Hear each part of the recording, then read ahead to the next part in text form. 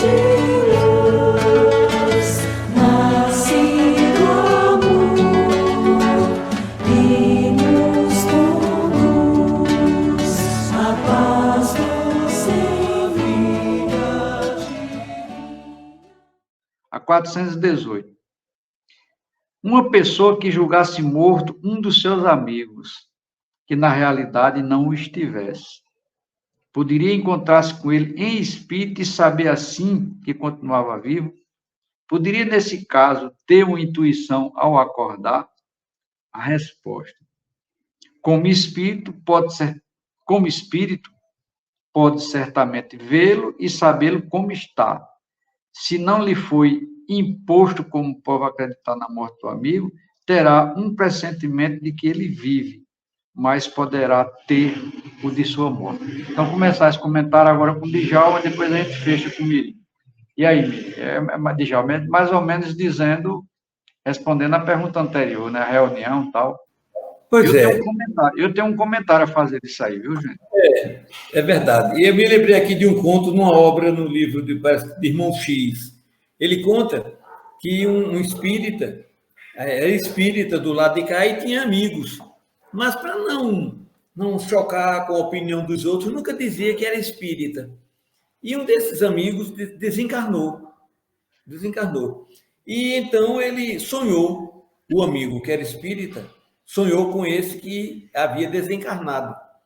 E lá na espiritualidade, o que havia desencarnado se encontrava com o espírito e dizia a ele, com o espírito do espírita em sonho, e dizia a ele: fulano, a gente não morre nunca. A gente não morre nunca. A vida continua, a vida prossegue. A vida prossegue no mundo espiritual. Eu estou vivo, nós continuamos vivos. Aí o amigo, que era espírito, dizia: eu sei que é assim. E você sabe disso, sei, porque você nunca me disse isso, pelo amor de Deus. É que eu não queria interferir na opinião, o outro ficou com raiva.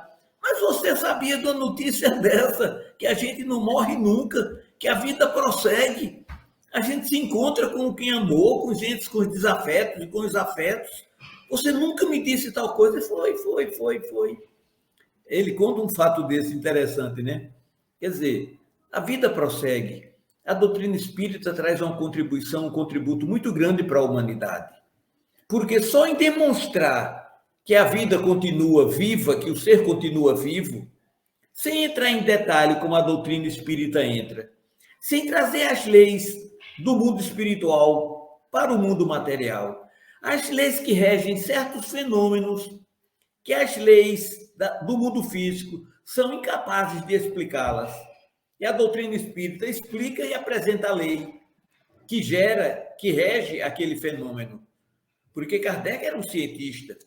Do efeito, ele remonta às causas. E a lei daquela que provoca aquilo. E a lei que provoca aquilo.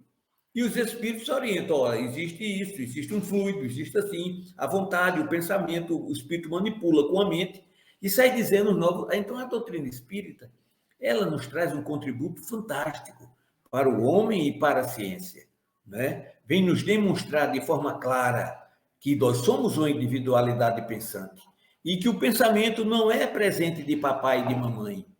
Presente de papai e de mamãe é o cérebro, que nasce com o corpo, mas a mente, ela é criada, ela se origina da mente do Criador divino, do meu espírito, né? A mente está no espírito e o cérebro no corpo. Como nós formamos um flui através do outro, mas com a morte do corpo grosseiro, o corpo sobrevivente volta ao papel de antes da formação do corpo físico. E a vida prossegue sem fim. É isso. Nós temos aí uma série de comentários aí de Mara, de Rossana, um Sérgio. Se o Ivan pudesse passar para a gente, se há alguma pergunta, eu agradeceria muito. Mirim, você tem algum comentário a fazer dessa pergunta? Que eu tenho um comentário a fazer.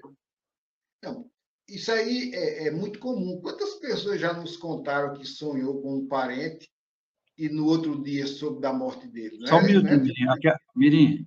Só um minutinho, Oi. aqui apareceu Rossana Braz, dizendo, é uma oportunidade rica nessa encarnação ter conhecido a doutrina espírita. Muito bem, Rossana. Que Deus ilumine teus Concordo pensamentos plenamente, e cada Rossana. vez oriente mais você. O É Simar verdade. Leitão, boa noite, mas não deu comentário, não, só fez dar boa noite. Boa noite. Rossana, eita, temos muito o que desbravar. Pois é, Rossana, é verdade, viu? Sem Muito dúvida. bem, Rossana, obrigado. Mara Diniz, obrigado, amigo. Estou aprendendo muito. A eternidade é a nossa meta. A eternidade é a perfeição, né? Vamos para lá. Continua aí, Miri, enquanto eu atrapalhei demais já. Luiz Eli aí, que sempre está conosco também na segunda-feira no programa. Boa noite, Luiz. Boa noite, Luiz. Fica aí. Obrigado pela oportunidade de nos prestigiar. Jojo, Boa bebê. noite. Uma boa noite a esses amigos que nos prestigiam. Ficamos felizes em saber que temos esses amigos que corroboram com as nossas ideias, com nossos pensamentos, e juntos estamos aprendendo. Como eu ia dizendo, é muito comum as pessoas sonharem com a pessoa viva e ficar na dúvida se ela morreu. Aí, no outro dia, liga para saber alguma coisa, né? Outros não, como ele diz aqui, pela forma como você já vê no sonho, você deduz que aquela pessoa desencarnou. É um exemplo aqui bem próximo. Uma sobrinha de minha esposa sonhou com a avó. A avó chegava na porta do quarto dela e abria um sorriso e fazia assim e ia em direção à sala. Ela, no outro dia, acordou e disse, vovó, aí ligou para o hospital, a avó tinha acabado de desencarnar. Quer dizer, ocorrem, sim, esses anúncios, né, Djalma? Da entidade vir avisar um parente, um amigo, ou vice-versa, né?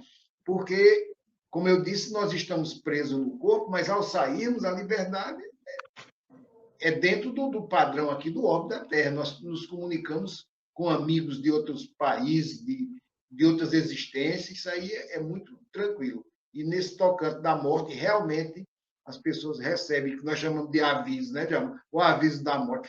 Sonhei que fulano era um aviso. É em sonho que José recebe a recomendação: pega o menino e vá para o Egito, porque quem está aí pretende matá-lo. Exatamente. Informação. Em sonho do Egito, ele diz: volte, porque quem pretendia matá-lo está morto. Então, veja o seguinte, né? Nós estamos estudando o capítulo 8, que fala da emancipação da alma, né?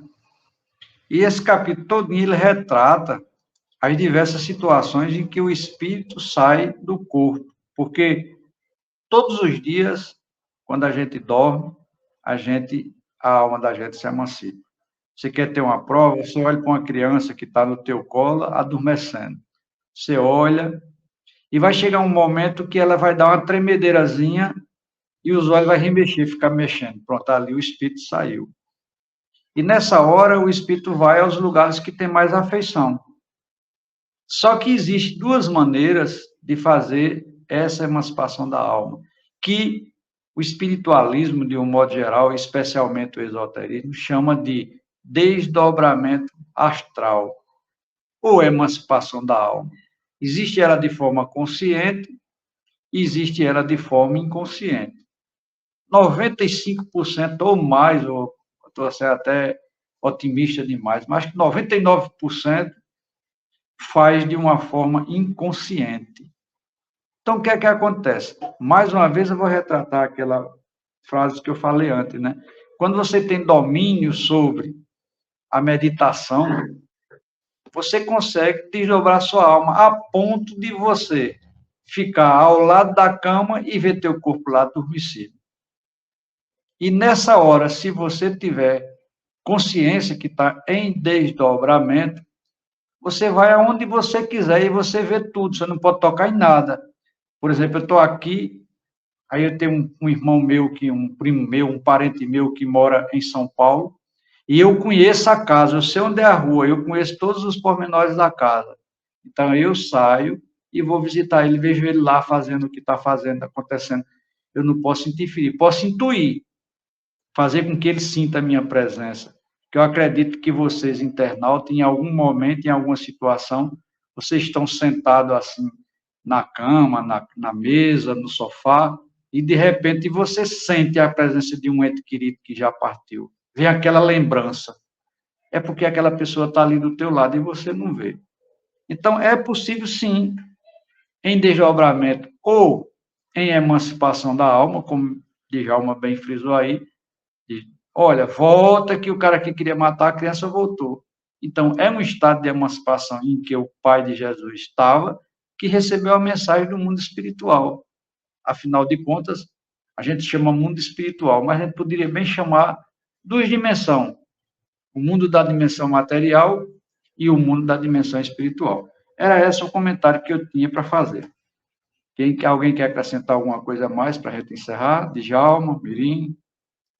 Essa saída do corpo, ela pode ser consciente. Consciente. Por razões óbvias. Nós temos exemplos de Eurípides Barçanufo, que saía para atender pessoas, né? De Bezerra de Menezes. E temos um espiritualista que é muito conhecido, porque ele trabalhou há algum tempo com Valdo Vieira, Wagner Borges. Ele é projeciologista, ou seja, ele, desde os 15 anos que ele consegue sair do corpo consciente, e ele tem histórias fantásticas e ensinamentos muito importantes no YouTube. É um estudo que, para todos nós, é importante, porque, independente da sua religião, você é um espírito, é uma espíritude. Então, você consegue sair do corpo, sim, consciente, mas são casos que requer, alguns de nós, por exemplo, não conseguem, mas tem uma forma de estudo, de exercícios que ajudam nesses momentos.